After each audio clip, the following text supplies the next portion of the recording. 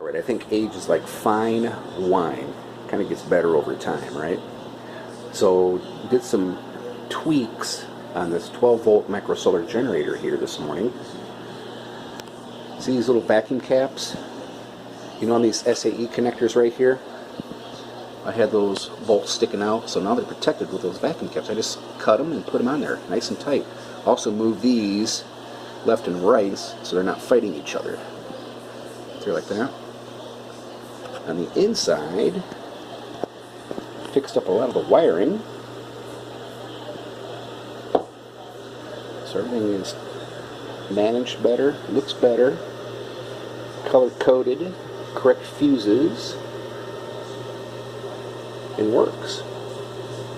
Look at the heat shrink right up here on these guys. It'll run much better now. I still need to replace that cover right there. Okay looking. There you have it. We'll put it back in the system.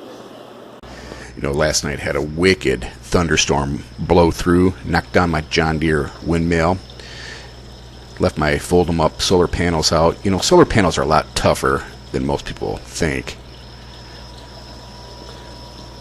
So here's my 12 volt micro solar generator system.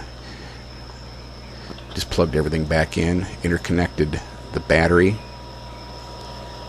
Made sure I got voltage on the solar panels there.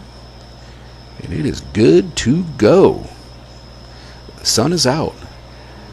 Alright guys, just some simple tweaks here. Thanks for watching. We'll see you next time.